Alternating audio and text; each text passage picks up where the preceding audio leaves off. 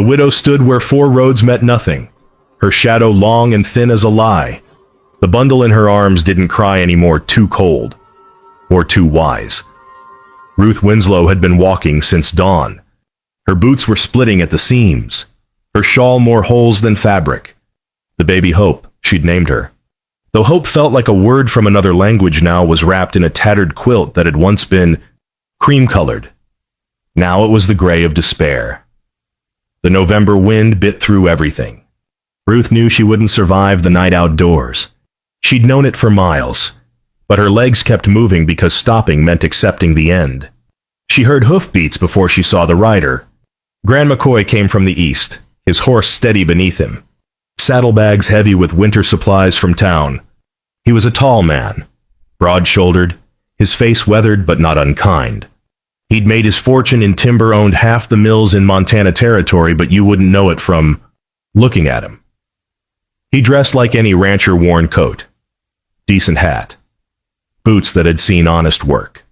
He pulled his horse to a stop 10 feet from her. Ruth didn't beg. She'd lost that capacity somewhere between the boarding house that evicted her and this godforsaken crossroads. She simply stated truth. I'm lost. Not the roads. She knew these roads. She'd walked every one of them looking for work, finding only judgment. She meant her life. Her whole existence had become a wilderness with no map. Grant studied her face. He saw the exhaustion, the shame trying to hide beneath dignity, the fierce protectiveness in how she held the bundle. He'd seen that look in his own mirror for 2 years, the face of someone who'd lost their way home. His response was immediate. Then follow me home. No questions about her past. No conditions. No charity wrapped in pity. Just action. Ruth's throat tightened. I can't pay you. Didn't ask you to. Grant dismounted, began adjusting his stirrups. Can you ride? I can try. That's all any of us do out here. He looked at her directly now, his eyes gray as winter sky. Try or die trying. The land don't care about your past, only what you do today. He helped her mount, then swung up behind her. Hope was tucked between them, finally warm. Ruth felt his heartbeat against her back steady, unhurried. First human warmth in months. As they rode, snow began to fall, the kind that starts soft and builds to fury. How far? She asked, her voice barely audible over the wind. Far enough, Grant replied, to leave whatever you're running from behind. Ruth closed her eyes. For the first time in 3 weeks, she stopped counting the roads. The storm came like judgment, sudden, absolute, blinding. Grant felt Ruth's grip tighten on his coat. Hope made a small sound, not quite a cry. He turned the horse east, toward memory. His ranch was 2 hours ahead in good weather. In this blizzard, it might as well be 2 days. But 20 minutes west stood the old line shack, abandoned trapper's cabin where he and Anna had once sheltered during their courting days. He made the choice fast, safety over pride. The shack appeared through the white like a miracle, low-roofed. Stone chimney barely visible. Grant dismounted, helped Ruth down, and kicked the door open. The interior was rough dirt floor, a pile of old furs in the corner, cobwebs thick as curtains. But the fireplace was intact. Grant worked quickly. He built a fire while Ruth settled in the corner, nursing Hope with her back turned for modesty. The flames caught, pushed back the cold by inches. He boiled snow for water in a tin cup, shared jerky and hardtack from his saddlebags. They ate in silence, the kind born of exhaustion rather than discomfort. Ruth noticed the worn Bible tucked in his gear pages marked, edges soft from handling. But he never opened it. You read? She asked. Grant poked the fire. My wife did. I listened. That was enough. Ruth heard the past tense. Didn't press. Out here. You learned quickly some doors opened with questions. Others sealed shut forever. She watched him tend the fire with careful hands. Everything he did was deliberate. Unhurried. A man who'd learned patience the hard way. Why would you help someone you don't know? The question came out softer than she intended. Grant glanced at her, then back at the flames. Maybe because I don't know you. Out here, you can't rope a steer from the porch, you've got to get in the dirt. Ruth almost smiled. Almost. What's your name? Grant asked. Ruth Winslow. Grant McCoy. He added another log. Don't need to know more than that till you're ready. That simple respect asking nothing. Offering space cracked something in her chest she'd thought was sealed forever. Ruth fell asleep with Hope on the pile of furs. Their breathing synchronized. Grant sat watch by the fire, his shadow enormous on the wall. The storm howled outside. But inside, for this one night, there was warmth. He pulled out Anna's Bible, ran his thumb over the cover, but didn't open it. Instead, he whispered to the flames, Anna, if you're listening, tell me I'm not wrong. The fire popped, sent sparks up the chimney. He took that as answer enough. The cabin looked like a prayer someone forgot to finish. Ruth saw it through dawn light neat, solid, lonely. It sat in a clearing surrounded by pines. Smoke rising from the chimney Grant had stoked before they left the line shack. The storm had passed, leaving the world crystalline and brutal cold. They rode in silence. Hope was awake now, wide-eyed, watching snow drip from branches. Grant helped Ruth dismount, pushed the door open. The interior made her chest ache. Everything was clean, functional, but haunted. 2 plates sat on a shelf, one with wear marks, one pristine. A woman's shawl hung on a peg, dust covered like a relic. A rocking chair faced the fireplace, positioned as if waiting for someone who'd never return. Stay till spring, Grant said, breaking the silence. He gestured to a small bedroom off the main room. That was Anna's sewing room. It's yours now. I'll pay wages for housekeeping. No questions asked. Ruth held Hope tighter. Why would you do this? Because this place is swallowing me whole. Grant's voice was matter-of-fact, but his eyes betrayed him. And maybe we both need saving. Ruth set Hope down on the bed, turned to face him. You should know what you're offering shelter to. Don't need to know. Yes, you do. Ruth straightened her spine. I was married at 18. My husband died in a mine collapse when I was 19. The town said I distracted him, made him careless. They whispered I brought bad luck. I couldn't find work. Couldn't keep my home. Hope was born on the road 6 months ago. I've been walking ever since. Grant listened without interrupting. When she finished, he said simply, I built an empire in timber. Married my childhood sweetheart, Anna. Spent so much time at the mills that I wasn't there when she went into labor. She died. The baby didn't make it either. His jaw tightened. I saved everyone's livelihood but couldn't save her. They stood in the space between their griefs, recognizing each other.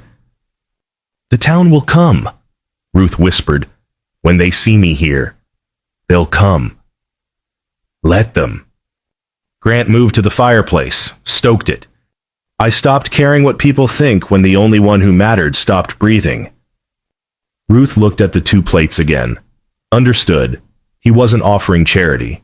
He was offering mutual rescue. I'll stay, she said. That night, Grant set both plates on the table for the first time in 2 years. They ate stew in silence, Ruth's cooking, Grant's vegetables from the root cellar. Hope cooed from her basket by the fire. When Grant reached for bread, his hands shook, not from cold, from the weight of hope. Winter gave them routine. Routine gave them language. Language gave them danger. December settled over the cabin like a held breath. Ruth cooked, cleaned, mended clothes by lamplight. Grant chopped wood, repaired tools, checked his trap lines. They moved around each other with growing ease, the dance of 2 people learning to share space without collision. Hope thrived. She gained weight, laughed at Grant's shadow puppets on the wall, reached for Ruth's face with fat baby hands. The cabin filled with sounds it had forgotten humming. Footsteps, Life. One evening, Grant sketched something on a piece of bark with charcoal. Ruth leaned over his shoulder. "What's that one cradle?" He showed her the design-curved rockers, high sides, a canopy. "Hope's outgrowing that basket." Ruth's throat tightened. A cradle meant permanence. It meant someone believed she'd still be here in spring. "I'd like to help build it," she said quietly. Grant looked up, surprised. "You want to learn carpentry?" "I want to learn not to be afraid of tomorrow." So he taught her. They worked in the woodshed, breath visible in the cold. Grant showed her how to hold a plane, how to let the blade ride the grain. He placed his hands over hers to guide the angle, first deliberate touch beyond necessity. Ruth felt the calluses on his palms, the steadiness of his grip. She felt safe. The cradle took shape, slowly curved runners, smooth sides, a headboard carved with simple flowers. They worked in comfortable silence, the rasp of tools their only conversation. Then the preacher came. Reverend Silas appeared one afternoon, riding a gray mare, his face pinched with cold and righteousness. He stopped for water. Grant provided it with cold courtesy. Silas's eyes landed on Ruth, narrowed with recognition. "Mrs. Winslow. Didn't expect to find you here." Ruth kept her chin up. "Reverend, staying long." "Through winter," Grant interjected, his tone flat. "She's employed as housekeeper." Silas's expression said he believed that like he believed in summer snow. He drank his water, departed with a meaningful look that made Ruth's stomach turn. After he left, she whispered, "He'll talk." Grant was splitting wood, his axe biting deep. "Let him. A man who preaches grace but can't show it isn't worth fearing." He swung again. "A man's word is his bond, and his silence is his shame. I'll stand by mine." That night, Ruth heard Grant in the main room, reading aloud from the Bible haltingly, slowly, stumbling over words. She realized he was teaching himself to read. For her. Because she'd once mentioned missing hearing scripture. She pressed her hand to the door, tears sliding silent. Outside, the cradle sat half-finished in the woodshed. Waiting. Hope's fever came with the cold snap, sudden, burning, merciless. Ruth tried everything: cold cloths, willow bark tea, prayers whispered in the dark. But Hope's skin stayed hot as coals, her breathing shallow. Ruth remembered children from her childhood who'd burned like this and never cooled. Grant found her at dawn, pacing with Hope limp in her arms. "How long?" he asked. "Since midnight." He didn't hesitate. "I'm going to town for medicine. It's 20 below out there." Ruth's voice cracked. "Another storm's coming. Then I'll ride fast." Grant was already pulling on his coat, his gloves. "Doctor keeps fever medicine. I'll be back before dark." "Grant, you could die." He cupped her face with one gloved hand, made her look at him. "And if I don't go, she might. That's not a choice." He rode out into cold that could stop a man's heart. Ruth waited. She walked circles around the cabin, held Hope, sang every lullaby she knew. She prayed to a God she wasn't sure listened anymore. She watched the window for a rider who might never return. Hours blurred together. The storm hit at noon, not as bad as feared, but bad enough. Ruth's breath came in gasps. She'd sent him to his death. Just like everyone said, she brought ruin to men who helped her. Then near midnight, hoofbeats. Grant stumbled through the door, his face gray with exhaustion and frostbite. Ice clung to his beard. His hands were swollen, clumsy. But he held out a small bottle. Doctor said 2 drops every 4 hours. Ruth administered it with shaking hands, then turned to Grant. His fingertips were white, his cheeks blotched. She pulled him to the fire, unwrapped his gloves. His hands were frostbitten, not severe but painful. She rubbed them gently, breathing warm air over his skin, weeping. "Why would you risk this?" she whispered. "For us." Grant's teeth chattered, but his eyes were steady. Because you're not lost anymore, Ruth, and truth is, neither am I. Ruth pressed his hands to her wet cheeks. Your hands will heal. He smiled faintly. Just like the rest of me has been healing, since you walked into that crossroads. Hope's fever broke by morning. Grant's hands were bandaged, he couldn't work for a week. Ruth cared for him now, roles reversed. She fed him soup, read to him from Anna's Bible, sat beside his chair while he slept. One evening, he dozed off mid-sentence. Ruth covered him with Anna's shawl. It smelled like Ruth now, herbs and bread and hope. Not dust. Grant didn't wake, but his breathing steadied. Outside, the cradle sat in the woodshed, still unfinished. But something else was being built, slower and stronger. They came with the thaw of 5 men on horseback, riding like they owned righteousness itself. Ruth saw them first through the window. Her stomach dropped. She recognized the sheriff's badge, the preacher's black coat, the banker's expensive saddle. Grant. Her voice was steady, but her hands shook. They're here. Grant stepped onto the porch as the men dismounted. Sheriff Tom Briggs, Reverend Silas, and Warren Kent, the banker who'd been trying to buy Grant's timberland for 2 years. 2 other townsmen flanked them, faces hard. Warren spoke first, his smile sharp. Mr. McCoy, we've heard some troubling rumors. That's so. Grant's voice was flat. About a woman living here, unwed. Warren's eyes flicked to Ruth in the doorway, holding hope. We know you're a man of means. But this woman, she has a reputation. The whole territory knows about her husband's death. How she distracted him. How ruin follows her. Reverend Silas stepped forward. Grant, we're here as friends. Do right by her, marry her proper, or send her away. This scandal affects us all. Grant opened his mouth to speak. Nothing came. Memory crashed over him, townspeople whispering after Anna's death, saying she'd been too delicate for frontier life, that he'd been selfish to bring her west. Their judgment had haunted him. Now, facing them again, his voice died in his throat. Ruth saw it happen, saw him fold. She straightened her spine, walked onto the porch. I'll leave. Ruth. Grant's voice was hoarse. I won't be your burden. She kept her tone even, dignity intact. I've packed before. I can do it again. Warren smirked. A wise choice. Ma'am. Ruth ignored him, looked only at Grant. His face was torn, paralyzed between fear and something he couldn't name. She'd seen that look before on every face that had turned away from her. Thank you for the shelter, she said quietly. It was more than most would give. She walked inside, began gathering her few possessions. Hope fussed, sensing tension. Grant stood frozen on the porch. The men watched him with satisfaction. You'll thank us later, McCoy.